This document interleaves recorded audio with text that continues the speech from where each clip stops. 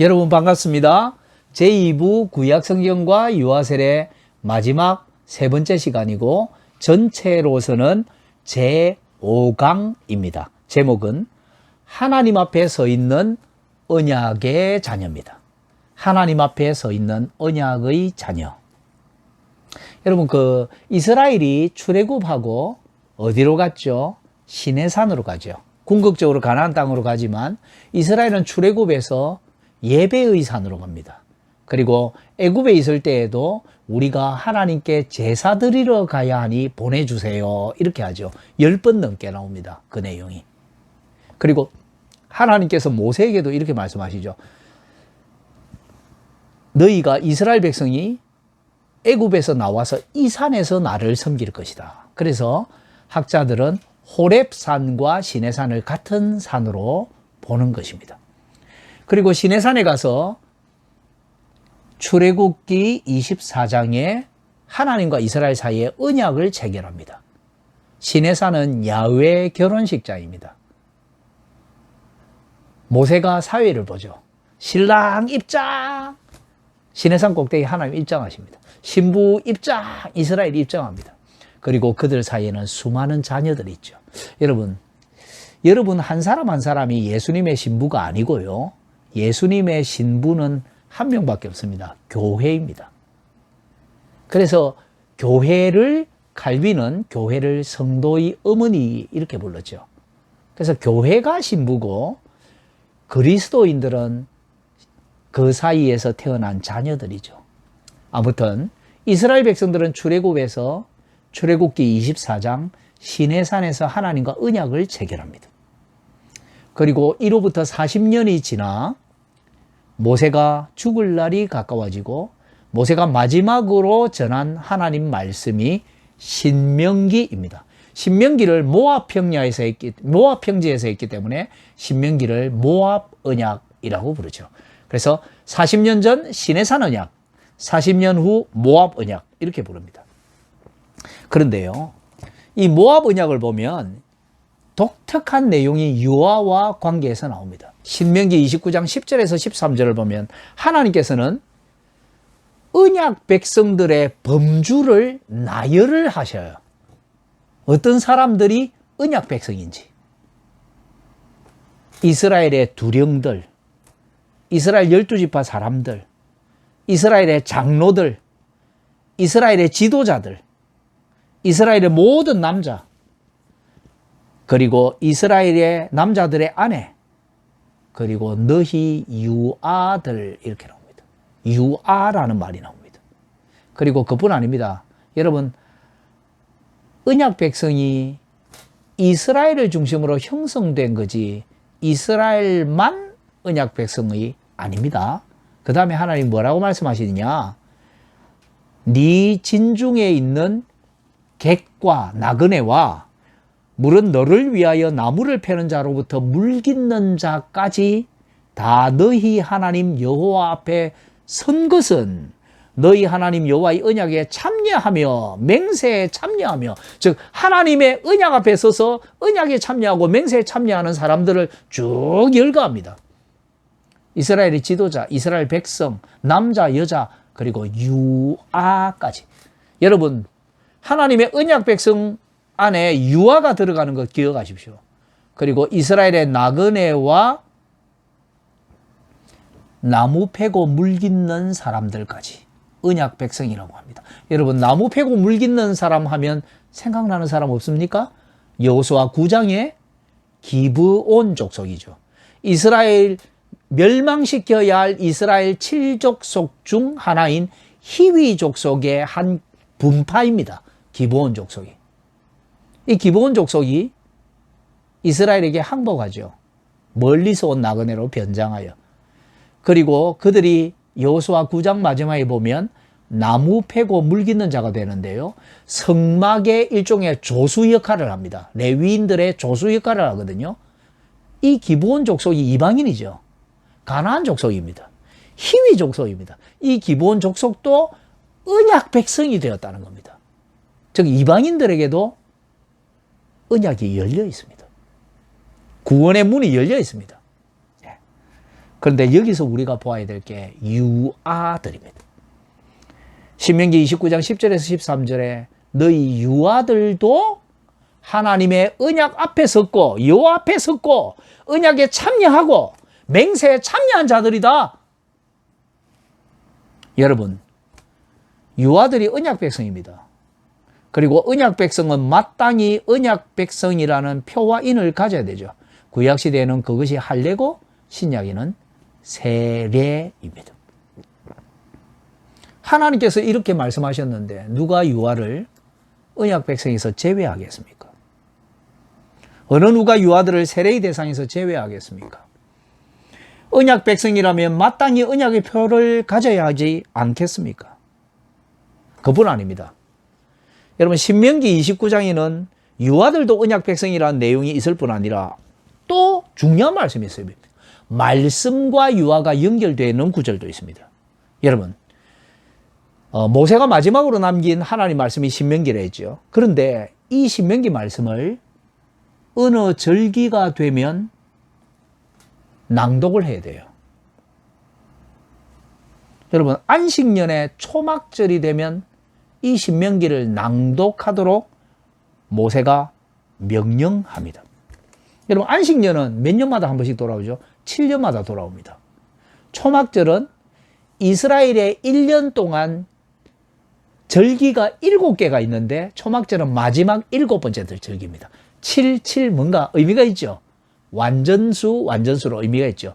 매 7년 안식년마다, 그리고 안식년의 7번째 마지막 절기인 초막절마다 이 신명기를 낭독하라 이렇게 하시거든요. 여러분, 이때 어린 아이들도 이 낭독을 들어야 한다 이렇게 말씀합니다. 어린이들도 하나님의 말씀을 들어야 하고 지켜야 하는 겁니다. 여러분, 어린아이가 하나님 말씀을 들어야 하는데요. 저는 제 정조 할아버지 때부터 예수님을 영접해서 믿었거든요. 제가 4대째 기독교 집안입니다. 근데 제가 어릴 때 부모님들이 자주 저와 제 형들에게 이렇게 말했습니다. 엄마 아빠는 어른 예배 다녀올 테니 집 보고 있으라. 근데 제가 셋째였는데요. 엄마 아빠가 자주 저를 데리고 예배당에 갔습니다. 근데 그때 어릴 때부터 제가 계속 들었던 게 뭐냐? 어른 예배. 여러분, 어른 예배라는 말은 없습니다. 어른 예배라는 용어는 없습니다.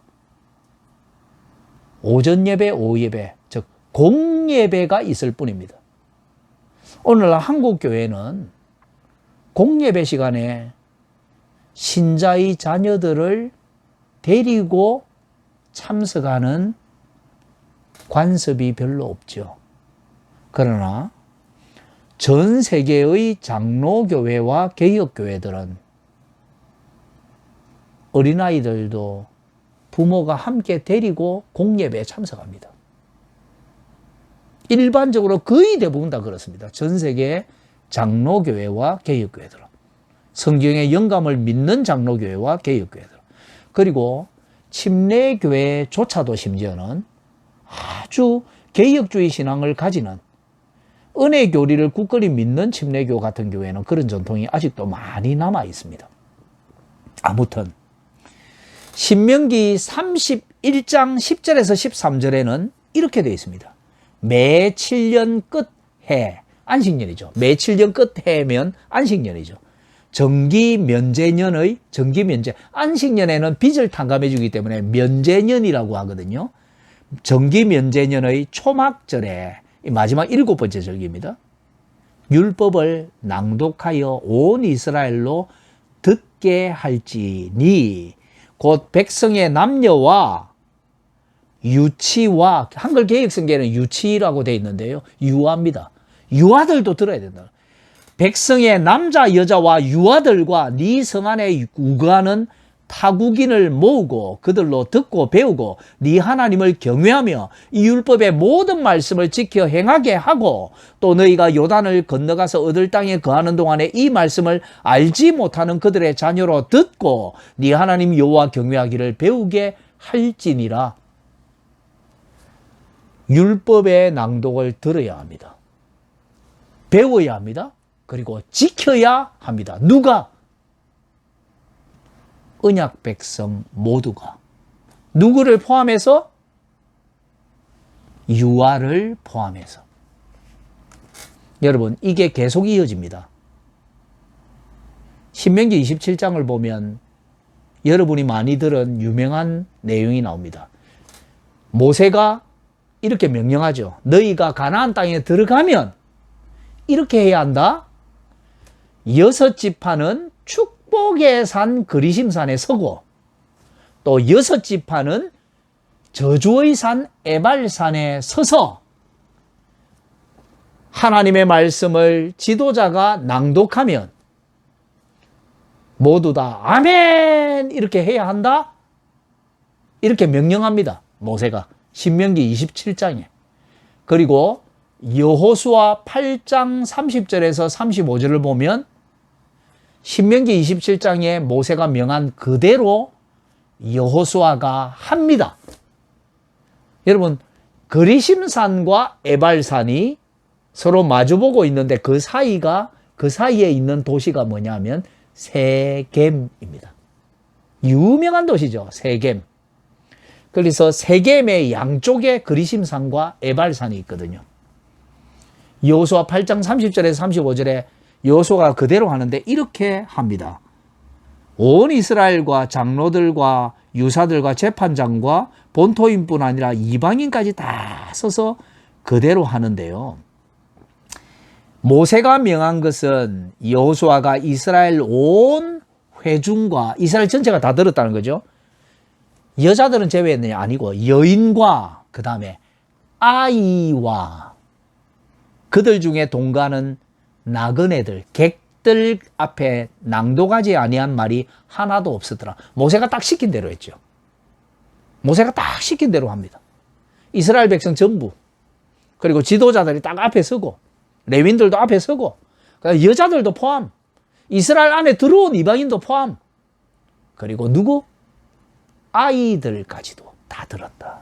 여러분, 유아 세례를 시행하는 것만이 핵심이 아니에요. 어린아이들도 어떻게 해야 되죠? 하나님과 맺은 언약 앞에 서 있다. 하나님 앞에 서 있다. 기억하셔야 됩니다. 어린아이들도 하나님 말씀을 들어야 합니다. 어린아이들도 이 엄중한 언약식에 참여해야 합니다. 어린아이들도 하나님의 약속, 복과 저주, 생명과 사망, 구원과 심판, 이 복음을 들어야 합니다. 그리고 어린아이들도 말씀의 봉독을 듣고 순종해야 합니다. 여러분, 예수 그리스도께서 세우신 새 언약 그 다음에 더 이상의 새 언약은 없습니다. 예수님의 새 언약이 마지막 언약입니다. 그래서 신약이 새 언약 시대죠.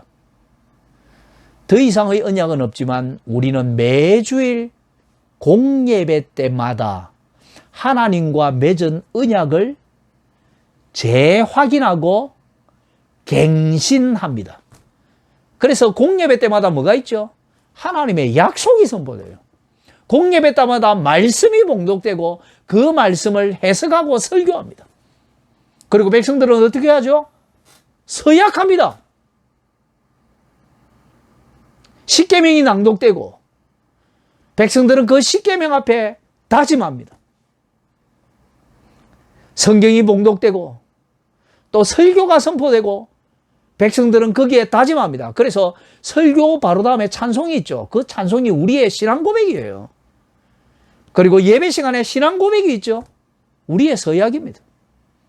성찬 시간에 서약하죠. 서약을 다시 한번 확인하죠. 세례 시간에 서약하죠. 예배 시간은 서약으로 꽉 차 있습니다. 하나님과 한 맺은 맹세에 참여하기. 맹세를 다른 말로 서약이라고 번역이 됩니다. 여러분, 공예배는 언약을 재확인하고 언약을 갱신할 뿐 아니라 언약의 교제가 가장 극명하게 나타나는 시간이죠. 그때 누가 있어야 한다고요? 어린 아이가 있어야 합니다. 왜 여러분의 자녀를 예배 시간에 데려오지 않습니까? 자녀들이 참석해야 합니다. 누가 유아를 세례의 대상에서 제외하겠습니까? 그뿐 아닙니다. 유아 세례를 주고 끝내면 안 됩니다. 여러분의 자녀를 예배에 데려와야 합니다. 말씀의 봉독을 듣고 설교를 듣고 순종하게 해야 하며 가르쳐야 합니다. 여러분, 그래서 어른 예배라는 용어는 비성경적이며 공예배 또는 예배라는 말이 공식 용어입니다. 마태복음 21장 15절 16절에 이런 일이 있었죠. 대제사장들과 서기관들이 예수의 하시는 이상한 일과 또 성전에서 소리질러 호산나 다윗의 자손이여 하는 아이들을 보고 화를 냈습니다. 그래서 예수님께 말했습니다. 저희의 하는 말을 듣느냐? 이 어린아이가 성전에 와서 고함 지르고 있다. 근데 아이들이 찬송했죠. 그죠? 호산나 다윗의 자손이여 찬송했죠. 그런데 대제사장과 서기관들, 이스라엘의 직분자들이 오히려 이것을 싫어했습니다. 예수님이 대답합니다. 저희의 하는 말을 듣느냐 하니까 예수님이 대답합니다. 그렇다! 어린아이와 젖먹이의 입에서 나오는 찬미를 온전케 하셨다는 성경 말씀도 모르냐? 지난 제4강에는 부모의 책무를 제가 설명했습니다. 유아 세례는 부모의 책무만 말하지 않습니다. 유아 세례는 부모가 사적으로 시행하지 않고 온 교회 앞에서 시행합니다. 유아 세례는 이 자녀가 혈통의 자녀인 것이 아니라 그것을 넘어 교회의 자녀이며 하나님의 자녀입니다 라는 고백이죠. 그래서 교회의 당회는 아주 중요한 책임을 가지고 있습니다. 당회는 그 교회에 속한 신자의 어린아이에게 세례를 시행할 뿐 아니라 이 아이를 하나님 앞에 서게 해야 합니다.